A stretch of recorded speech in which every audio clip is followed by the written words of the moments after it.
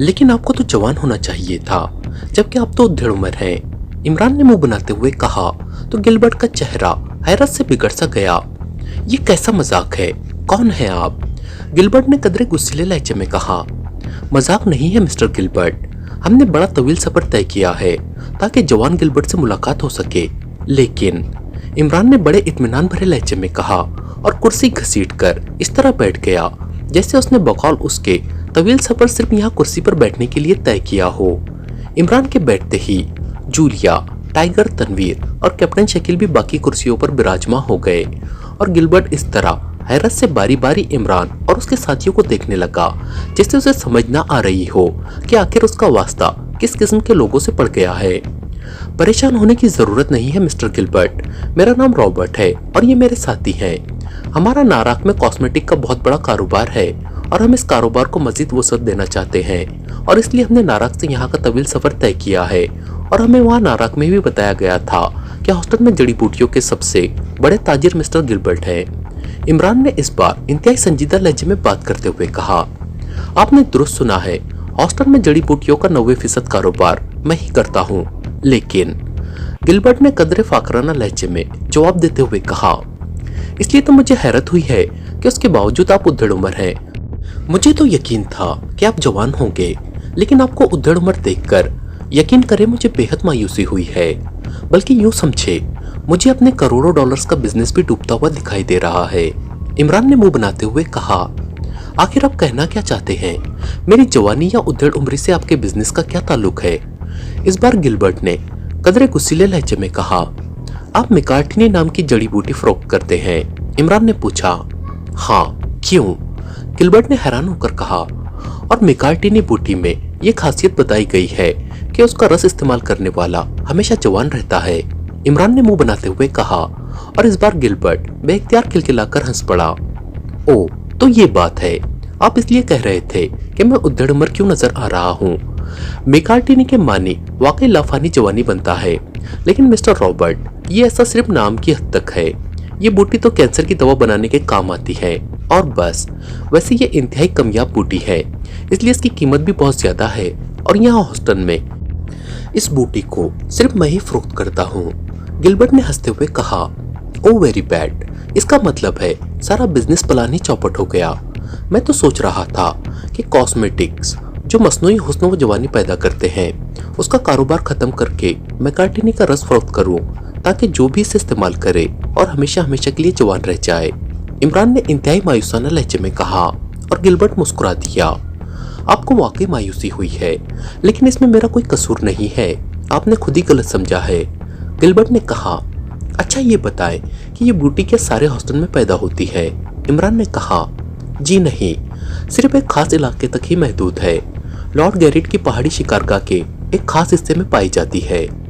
Lord Garrett बाकायदा उसे ठेके पर देता है। 10 लाख डॉलर सालाने का ठेका है और ठेका हमारे पास है। गिलबर्ट ने जवाब देते हुए कहा, फिर तो बेहद कम मिकदार में मिलती होगी। इमरान ने कहा, जी हाँ, लेकिन इसकी कीमत इतनी मिल जाती है कि ठेके के बावजूद हमें खासा बिजनेस मिल जाता है। गिलबर्ट ने जवाब दिया, क्या यहाँ आपके पास है वो बूटी? मैं उसे देखना चाहता हूँ। इमरान ने कहा, जी नहीं, अभी इसका मौसम नहीं है। सिर्फ साल में 3 महीने ऐसे हैं जब यह खुदरो तौर पर पैदा होती है, क्योंकि इन महीनों में बारिशें बेहद होती हैं और अभी इस सीजन को 4 महीने पड़े हैं। गिलबर्ट ने जवाब देते हुए कहा, इसकी पैदावार का कौन सा इलाका बताया है आपने? इमरान ने पूछा। शुमाल में एक इलाका है जिसे मकामी तौर पर एलरवाई कहा जाता है। वहाँ टॉक्सन नामी एक कुदरती झील है। इस झील के साथ वसी इलाका लॉर्ड गैरिट की मिल्कियत है। उसने ये वसी इलाका हुकूमत से खरीद कर उसे बाकायदा अपनी पहाड़ी शिकारगाह बनाया हुआ है। इस वसी इलाके के गिर्द खारदार तारों की बाड़ है।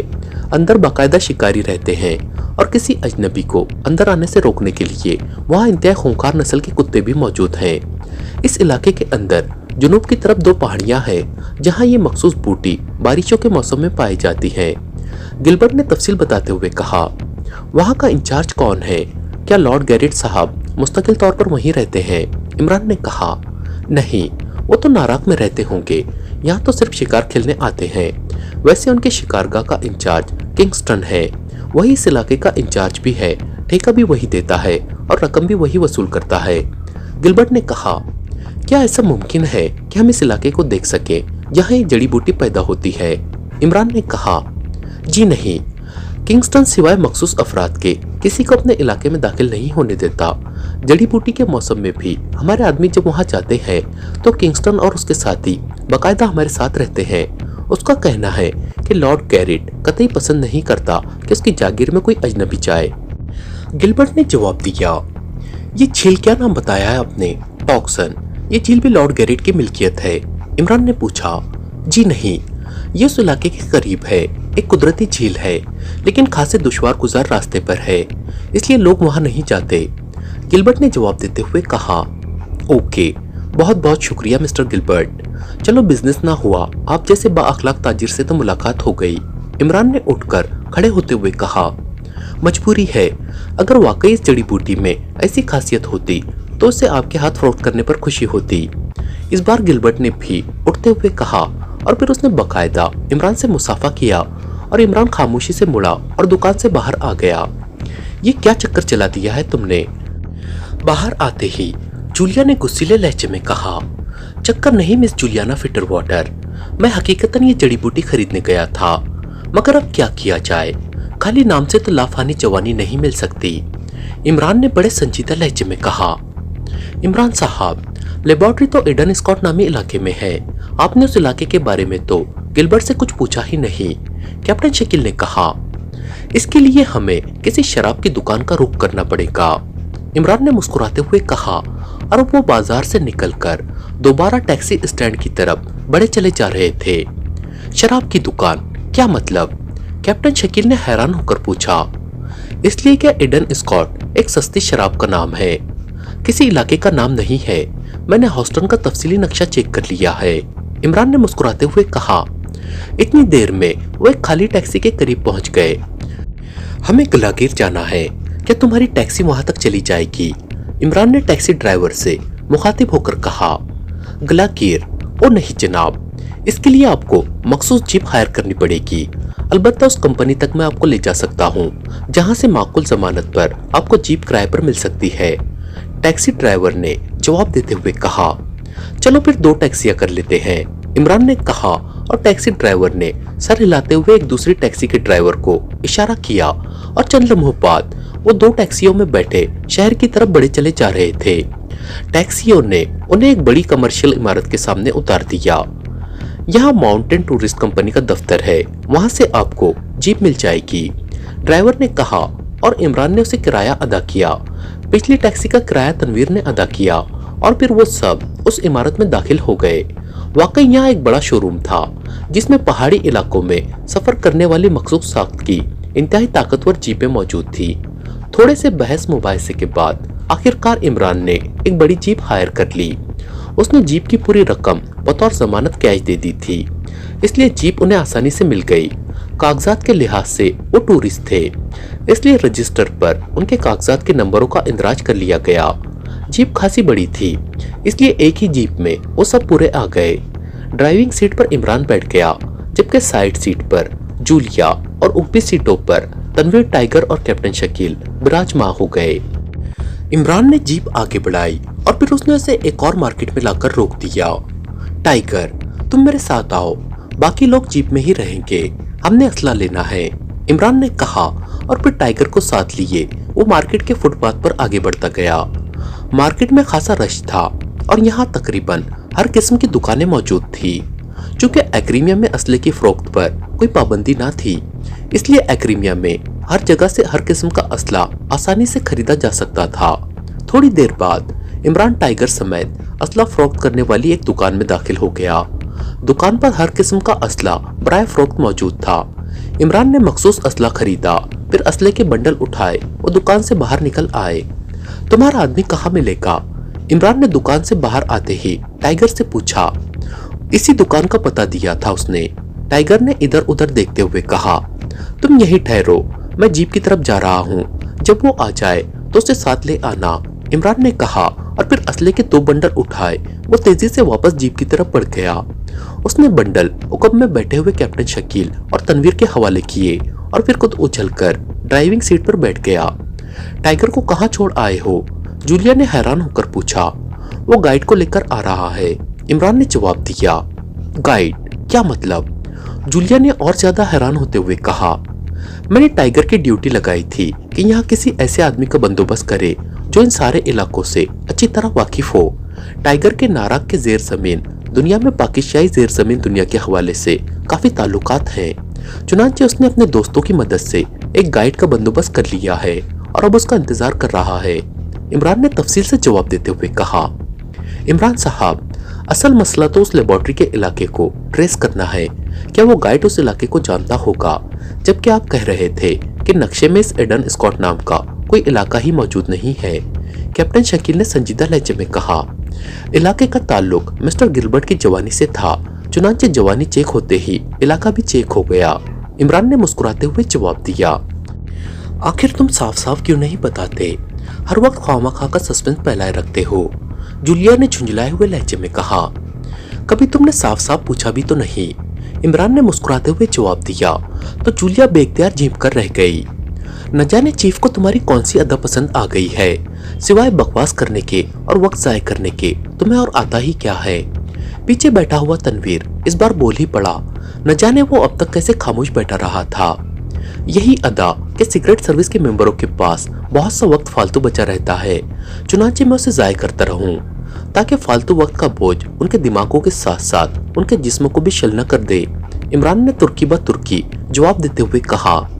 तुम्हारा मतलब है हम निकम्मे हैं, हमसे काम नहीं होता, तनवीर ने इंतहाई गुस्सीले लहजे में कहा। प्लीज तनवीर, ये वक्त आपस में उलझने का नहीं है। इमरान साहब आप बता रहे थे कि आपने इलाका तलाश कर लिया है। कैप्टन शकील ने पहले तनवीर से मुखातिब होकर और फिर आखिर में इमरान से बात करते हुए कहा। खामखा चेक कर लिया है।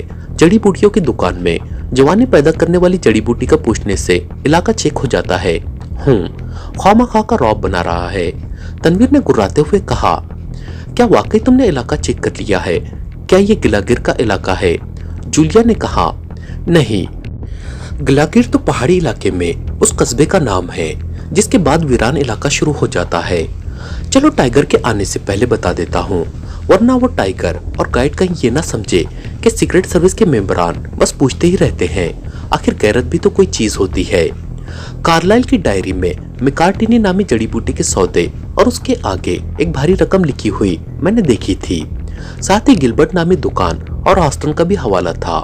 मुझे मालूम है कि मिकार्टिनी एक इंतहाई नायाब किस्म की जड़ी बूटी है जो खास पहाड़ी इलाकों में पाई जाती है। कार्लाइल की डायरी में उसका इंदराज, रकम का हवाला और गिलबर्ट नामी दुकान और हॉस्टन के हवाले से मैं समझ गया कि ये जड़ी बूटी यकीनन उस इलाके में पाई जाती है जहां ये लेबोरेटरी होगी, लेकिन उस इलाके का कोई हवाला न था। इधर इडन स्कॉट नाम का कोई इलाका वाकई हॉस्टन के नक्शे में मौजूद न था। उसका नाम बता रहा था कि ये किसी शराब का ही नाम हो सकता है। चुनांचे मैंने मालूमात हासिल की तो मुझे मालूम हुआ कि इडन स्कॉट नामी शराब हॉस्टन में खासी पसंद की जाती है और उसको बनाने वाली कंपनी का नाम गैरेट एंटरप्राइजर है। चुनांचे में गिलबर्ट से आकर मिला। मैकार्टिनी एक्रीमियन लफ्ज है जिसका मानी है लाफानी जवानी। चुनांचे इस नाम से फायदा उठाते हुए मैंने उससे बात की तो पता चला कि ये बूटी लॉर्ड गैरेट की पहाड़ी शिकारगाह के एक हिस्से में पाई जाती है और बाकायदा उसका ठेका दिया जाता है और इस पूरे इलाके में किसी अजनबी आदमी को दाखिल नहीं होने दिया जाता। वैसे इस इलाके को एलरवाय कहा जाता है और ये हॉस्टन से काफी दूर और इंतहाई वीरान पहाड़ी इलाका है। उस तक जाने के लिए हमारा गलागिर नामी पहाड़ी कस्बे तक जाना जरूरी है और जीप या सवारी भी गलागिर तक ही जा सकती है। उससे आगे पहाड़ी खच्चर इस्तेमाल होते हैं या फिर पैदल सफर किया जा सकता है। इडन स्कॉट नामी शराब गैरेट एंटरप्राइजर तैयार करती है और मिकार्टिनी बूटी भी लॉर्ड गैरेट की शिकारगाह में पाई जाती है। अब कम से कम तुम ये बात समझ गए होगे कि लेबोरेटरी उस शिकारगाह के किसी हिस्से में कायम की गई है और उसे महफूज रखने के लिए किसी लॉर्ड गैरेट की शिकारगाह का नाम दिया गया है। हो सकता है ये नाम फर्जी हो और ये भी हो सकता है कि लॉर्ड गैरेट वाकई बिग बॉस का अहम आदमी हो। अब रही दूसरी बात कि इतने बड़े पहाड़ी इलाके में हम लेबोरेटरी को कैसे तलाश करेंगे, तो उसका भी एक आसान तरीका मौजूद है। किसी भी साइंस लेबोरेटरी के लिए साफ और कुदरती पानी की मौजूदगी जरूरी है और वहाँ टॉक्सन नामी कुदरती झील मौजूद है। इसका मतलब है कि ये लेबोरेटरी उस टॉक्सन झील के कहीं करीब ही जेर जमीन वाक़ है।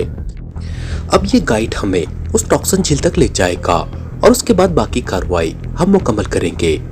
इमरान ने इस बार पूरी संजीदगी से मुकम्मल तफसील बताई तो जूलिया कैप्टन शकील और तनवीर की आंखों और चेहरों पर भी शदीद हैरत के तासुरात नुमाया हो गए थे।